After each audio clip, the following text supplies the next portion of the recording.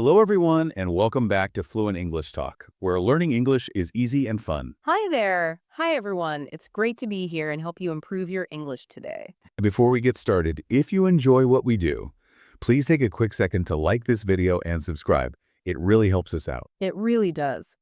So today we are doing a deep dive into a topic that I think everyone has experienced. Oh, definitely. That moment. You're in an English conversation, and suddenly, poof, your mind just goes completely blank. The dreaded freeze. It's so frustrating. It is, and it doesn't just happen to beginners. We've heard from advanced learners who say this happens to them in, high-pressure situations like meetings. Exactly. So today we're going to give you some actual role play, some practical tips, and some really easy phrases and habits to help you overcome that freeze. We want to hear from you, too. When do you freeze in English? Is it during work meetings? Maybe ordering food? Or talking to strangers? Let us know in the comments below. We'd love to hear about it. Okay, so let's jump right in.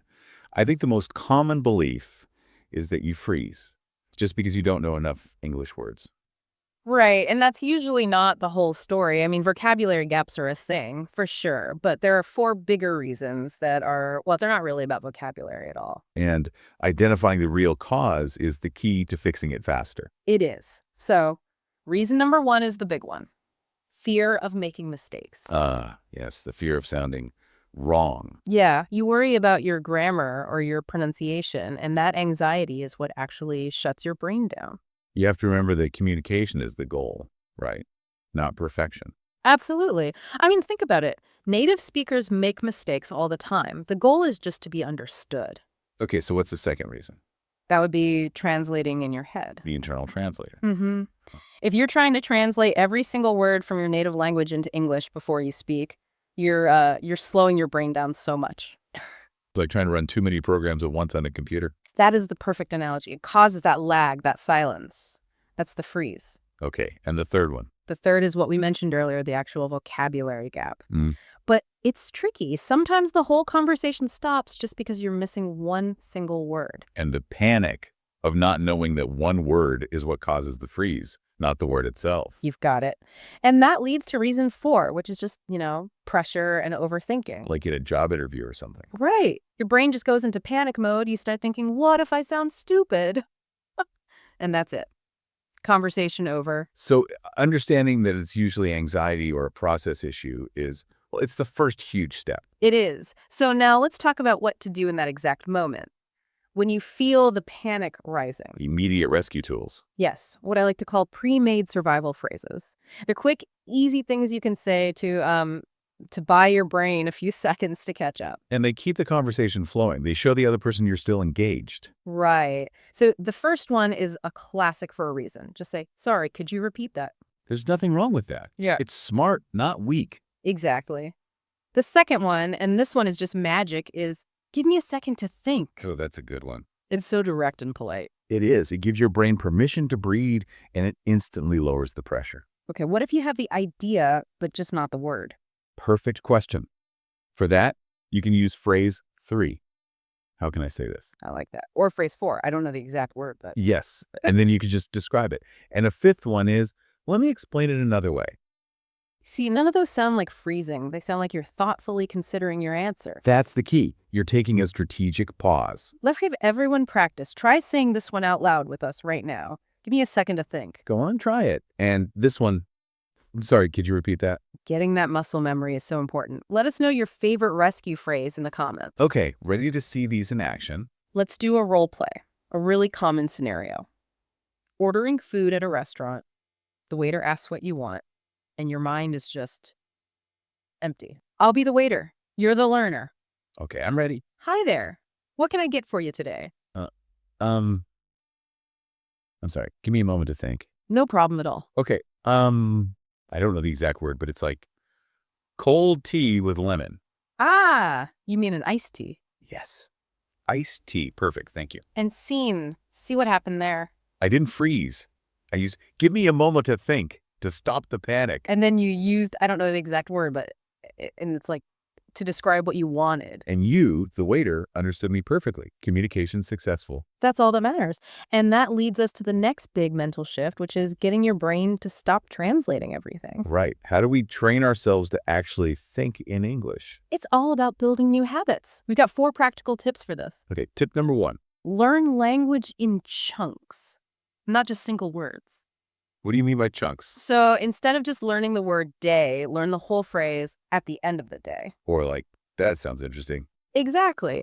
When the whole chunk is automatic in your brain, you don't have to build the sentence word by word. It just comes out. That makes so much sense. Okay, tip 2. Practice short thinking exercises every day. Just look around the room you're in right now Okay. and name objects in English. Don't worry about sentences. Just lamp, shelf, a book. So you're just making that quick connection between the object and the English word. You got it. Tip 3 is to narrate your simple action. Out loud. Yep. In simple English, I'm brushing my teeth. I'm making coffee. So you're forcing your brain to operate in English without the pressure of having a listener. Precisely. And the last tip, tip 4, is to try and predict sentences. How does that work? When you're watching a show or listening to someone, try to guess how they'll finish their sentence. It trains your brain to recognize common English patterns much faster. That's a great tip. Okay, let's try another role play for a high-pressure situation. Meeting new people. The dreaded small talk. I'll be the stranger this time. Perfect. Hey, I don't think we've met. I'm Alex. Hi, Alex. Nice to meet you, too. Sorry, give me a second to think. My name is Sarah. Great to meet you, Sarah. So, what do you do? How can I say this? I work with numbers. Hmm. I help companies plan their money. I mean, I'm a financial analyst. Oh, wow. That sounds really important. Okay, let's break that down. Give me a second to think again to get started. Then how can I say this? To describe your job in simple terms first. And then when I found the right words, I used I mean to correct myself. And that I mean is so natural. Everyone does that. It shows you're refining your thought. Not that you made a mistake. You kept the conversation going. Which is the whole point. Okay, let's talk about the emotional side of this. The anxiety itself. How do we control that? This is critical. The first thing is your breathing.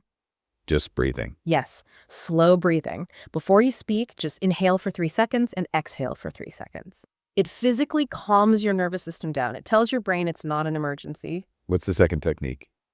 This might sound silly, but smile. Yes, just a little. The physical act of smiling actually relaxes your facial muscles and sends a signal to your brain that everything is okay. Okay, I can try that. What else? Master some more time-buying phrases. These are like little fillers to keep sound coming out while you think. So things like, that's a good question. Or, let me think. Or even just, interesting. It fills that silence that can cause panic. And the final mental technique is probably the most important one. It is. Stop aiming for perfect English. Aim for communication instead. If they understood you, you succeeded. That's a win. Celebrate that. I love that. Okay, so what if we want to be more proactive? How can we avoid freezing in the first place? The single best skill for this is learning to ask questions.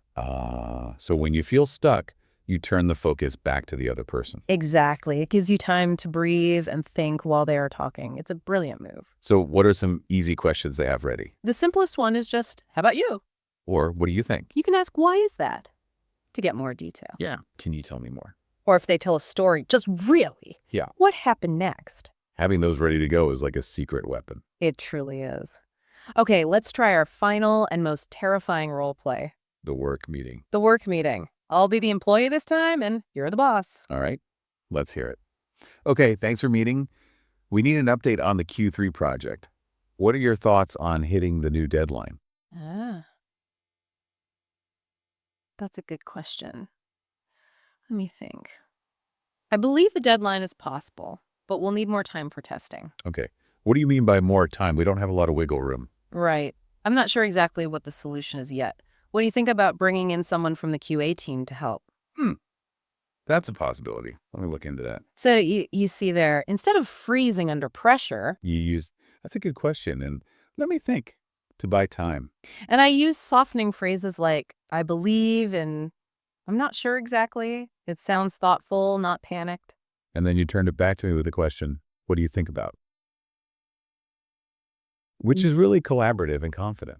It's about sounding considered, not lost. Let's quickly go back to that vocabulary gap problem. What other phrases can we use when we can't remember a noun? This is all about describing the thing. You can say, it's like Or it's similar to. it's a thing that is a great one. Yeah, my favorite. You use it too. Let's try it. I need you to find that thing in the kitchen. Um, it's a thing that you use to open cans. Oh, a can opener. A can opener. Yes. See, it works every time. It really does. So to make all of this feel more natural, we need to build some automatic responses. Yes, these are the little pieces of conversational glue that you say without thinking. So simple things like, that's interesting. Really? Oh, I see. Or exactly, and right. Using those makes you sound engaged while your brain is working hard in the background. And one last simple tip here is just to use short, simple sentences. Please, yes, don't try to build a long, complicated sentence. So instead of saying, I would like to express my preference regarding the available meal options, You just say, I prefer the chicken. much better. Simpler is safer. Less chance of freezing mid-sentence. So to make all this stick, consistency is key. We put together a simple 10-minute daily practice plan. Just 10 minutes a day. That's all it takes to start building these new habits. So for the first 2 minutes, you're going to repeat all the rescue phrases out loud. For the next 2 minutes, look around your room and describe the objects you see. Fast. Then for 3 minutes, narrate your simple actions. I'm walking to the kitchen. And for the last 3 minutes, have a short conversation with yourself or a friend and actively practice using these phrases. 10 minutes. That's it. Let's do a final super fast review of the key phrases. Ready? Rescue phrases. Sorry, could you repeat that? Give me a second to think. How can I say this? I don't know the exact word, but And your time buying responses. That's interesting. Really. I see. good question. Let me think. Perfect.